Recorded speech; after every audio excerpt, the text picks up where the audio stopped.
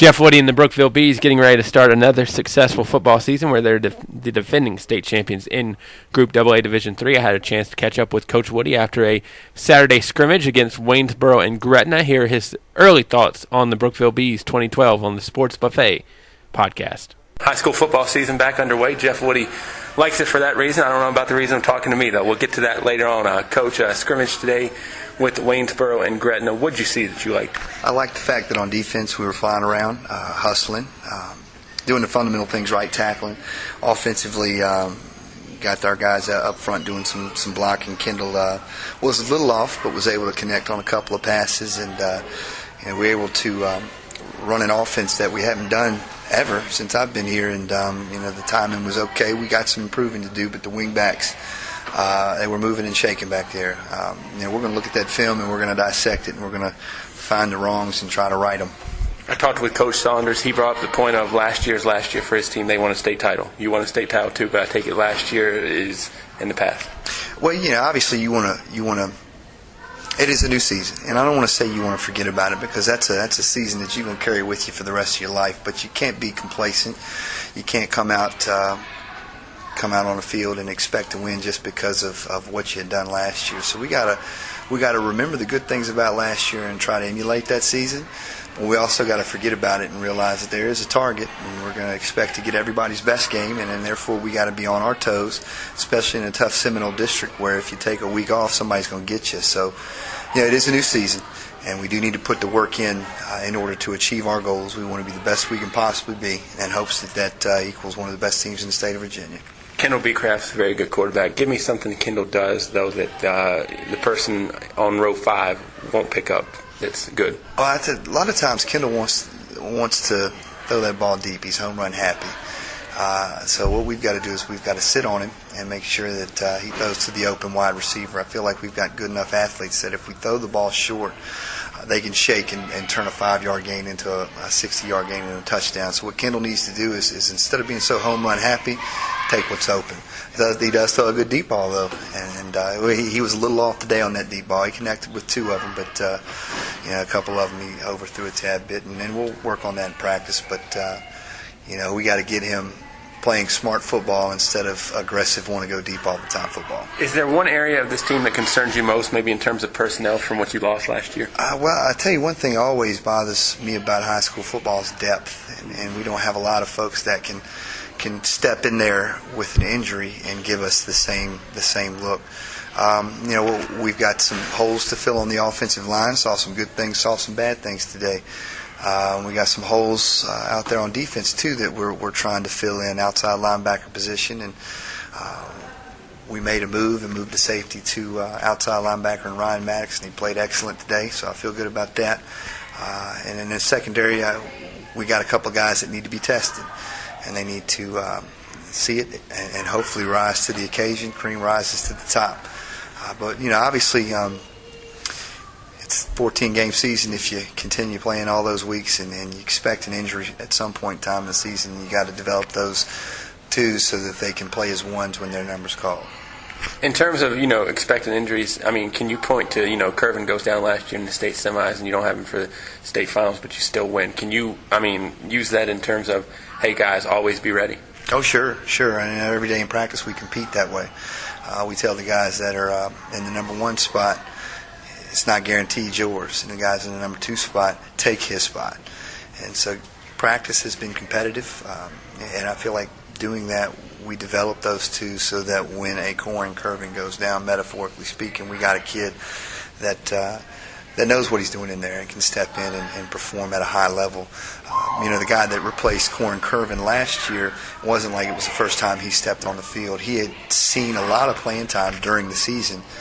And, that's one thing we got to do as a coaching staff. We got to keep rotating guys in there, making sure that they're fresh, making sure that they get experience so that when their number's called, it's not like they're toe dipping. They can dive head first and know exactly what they're doing. You're not an old man in terms of you haven't been doing this 20, 30 years, but, the years are starting to rack up a little bit now. Are you? How is it to still be humble after the success that you've had early on in your career? Well, I feel like that's the only way you got to. That's the only way you should be.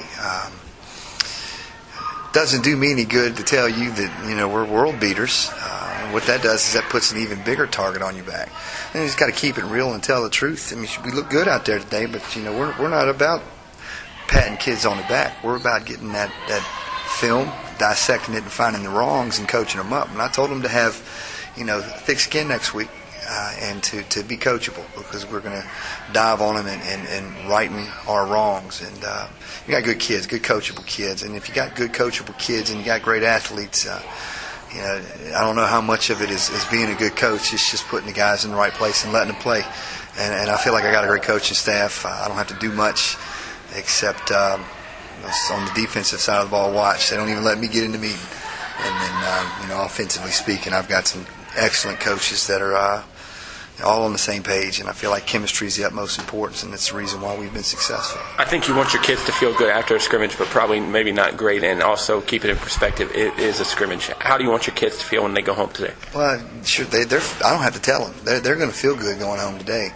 And I told them what I liked was the fundamentals working correctly. They were able to block right, tackle right, and they came in classy. Effort was 100%.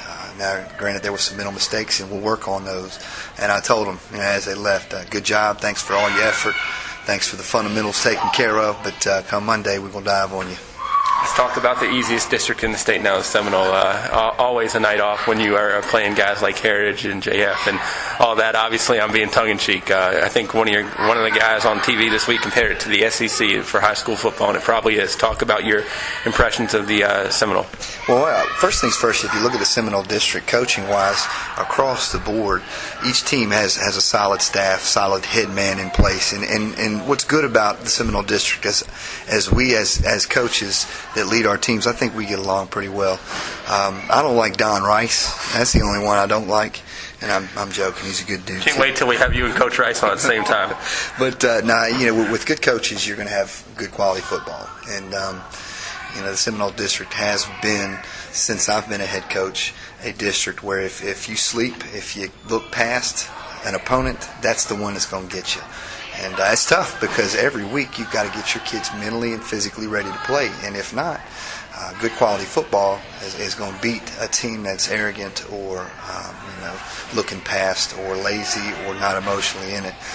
So we've got our hands full, and we are as a staff up to the challenge. We know that we got some good guys on the other sidelines with good schemes offensively and defensively that we got to prepare for week to week. So hands are full. Seminole District's always tough. Does it bother you that you and Coach Rice kind of have this joking along relationship, considering he's a JF guy and you're a Brookville guy?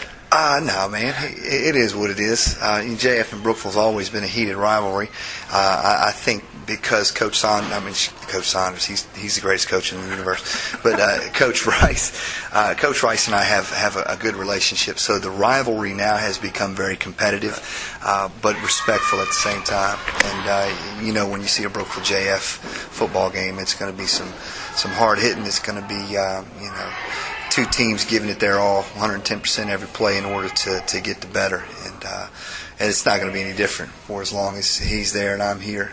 He did say something about roughing me up on the 50 last year in an interview. I think on this very podcast. And it never happened. He's a lot of talk. I wish he would have. I can't wait till that matchup. Coach is always appreciated, and I'll tell you and Coach Rice sit down together, you and Coach Saunders sit down together. I think that's podcast gold. Yes, sir. And Saunders, you can do him alone at any point in time, and he's gold. I told you. We go out for a nice beverage of a Coca-Cola, of course, or some hot wings, as long as you guys pick up the bill, because you're the big timers. Y'all make those six-figure salaries here, so not me. Yeah, the teachers make a mega million, don't they? Coach, is always appreciated. Hey, anytime. Thank you.